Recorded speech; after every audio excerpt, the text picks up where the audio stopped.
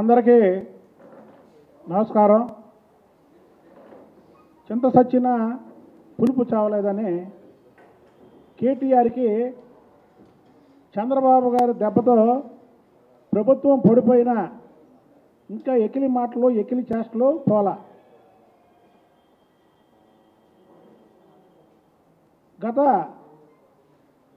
తెలంగాణలో ఎన్నికల ముందు చంద్రబాబు గారిని అరెస్ట్ అయితే అక్కడ కార్యక్రమాలు చేస్తుంటే ఆ కార్యక్రమాలని అడ్డుకొని ఎకిలిగా మాట్లాడినటువంటి కేటీఆర్ ఈ రాష్ట్రంలో కాదు పక్క రాష్ట్రంలో చేసుకోండి అని ఒకే ఒక్క మాటకి నీ ప్రభుత్వం కుప్ప కూలిపోయింది. ఖమ్మం జిల్లాలో కానీ మహబూబ్నగర్ జిల్లాలో కానీ అలాగే ఆంధ్రాకి బార్డర్ అయినటువంటి నల్గొండ జిల్లాలో కానీ నీ పార్టీ తుడిచిపెట్టుకుపోవడానికి ముఖ్య కారణం చంద్రబాబు నాయుడు గారి మీద ఎకిలిగా మాట్లాడడమే కేటీఆర్. అలాగే నీ తండ్రి ఒకసారి చంద్రబాబు నాయుడికి హిందీ భాష రాదు, ఇంగ్లీష్ బాగా రాదు అని మాట్లాడాడు. చంద్రబాబు నాయుడు కటౌట్ చాలు, భారతదేశం కాదు ప్రపంచ దేశాల్లో చంద్రబాబు నాయుడు గారి కటౌట్ చాలు. ఇప్పుడు ఇవన్నీ ఎందుకు చెప్తున్నానంటే మొన్న పెట్టుబడుల గురించి మాట్లాడుతూ నువ్వు ఆఖరికి ఆంధ్రప్రదేశ్కు కూడా వచ్చినాయి కానీ ఇక్కడికి రాలేదన్నావు. ఆఖరికి ఆంధ్రప్రదేశ్ ఏంటి? భారతదేశంలో తమిళనాడుకి చెన్నై ఉంది, తెలంగాణకి హైదరాబాద్ ఉంది, పశ్చిమ బెంగాల్కి కలకత్తా ఉంది, మహారాష్ట్రకి ముంబై ఉంది, కర్ణాటకకి బెంగళూరు ఉంది. కానీ ఆంధ్రప్రదేశ్కి చంద్రబాబు నాయుడు అనే బ్రాండ్ ఉంది. ప్రపంచ దేశాలు ఏదైతే ప్రపంచ దేశాలు ఉన్నాయో ఆ ప్రపంచ దేశాలన్నిటికీ కూడా తమిళనాడు, బెంగళూరు, కలకత్తా, ముంబాయి ఈ పేర్లు తెలియదు. హైదరాబాదు చంద్రబాబు నాయుడు గారి పేరు తెలుసు. కాబట్టి ఆయన అరెస్ట్ చేస్తే ప్రపంచ దేశాల్లో దాదాపు 100 దేశాల పైనే అక్కడ నిరసనలు చేశారు. అది చంద్రబాబు గారి స్టామినా. నీ నోటుదోల వల్ల ప్రభుత్వాన్ని పోగొట్టుకున్నావు. మళ్ళీ ఇప్పుడు ఆఖరికి ఆంధ్రప్రదేశ్ అని ఇక నీ జీవితంలో ప్రభుత్వం రాకుండా చేసుకునేలాగా ఉన్నావు. ఇప్పుడు మీ ఇంట్లో వాళ్ళు కోళ్ళలో మాట్లాడతారు, కేజీ నెయ్యి, అర కేజీ పంచదార. కవిత గారు ఆమె చాటింగ్ చేసినప్పుడు ఢిల్లీ నుంచి మందు బాటిల్ ఇక్కడ తెప్పించడానికి ఏంటంటే కోడి పెట్టుకున్నారు. కేజీ నెయ్యి అంటే ఎన్ని 100 కోట్లు వైన్ అనేది, అలాగే అర కేజీ పంచదార అంటే ఎన్ని కోట్ల రూపాయల మద్యం అనేది.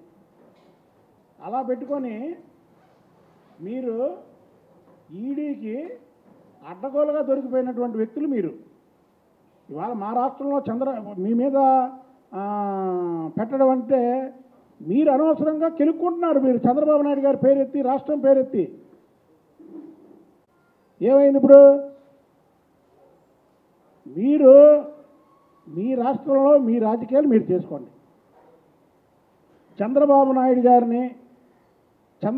నాయుడు గారి పరిపాలిస్తున్నటువంటి ఆంధ్రప్రదేశ్ని నోటి ద్వారా ఏదన్నా వాగారనుకోండి,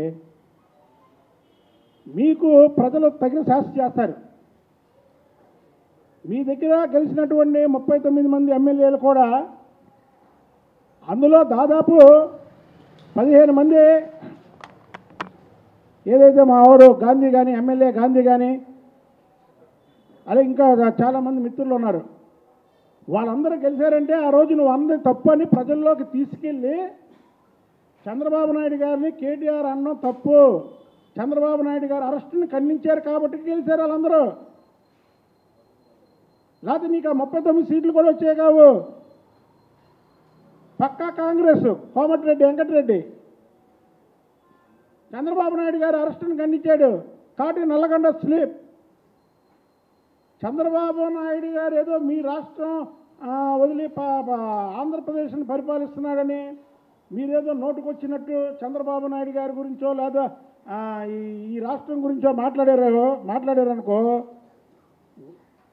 మీకు రానున్న రోజుల్లో సిరిసిల్లలో కూడా నువ్వు గెలవు.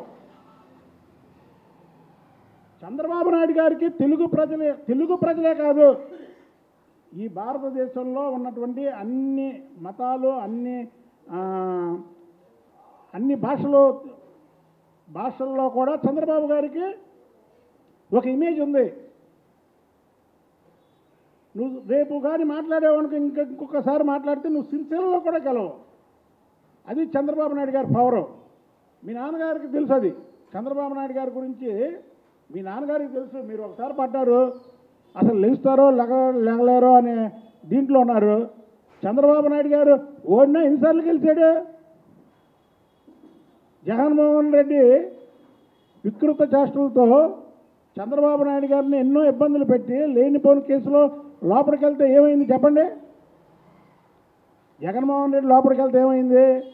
1,00,000 కోట్లు దోచుకున్నాడు, లోపలికి వెళ్ళాడు అన్నారు ప్రజలు.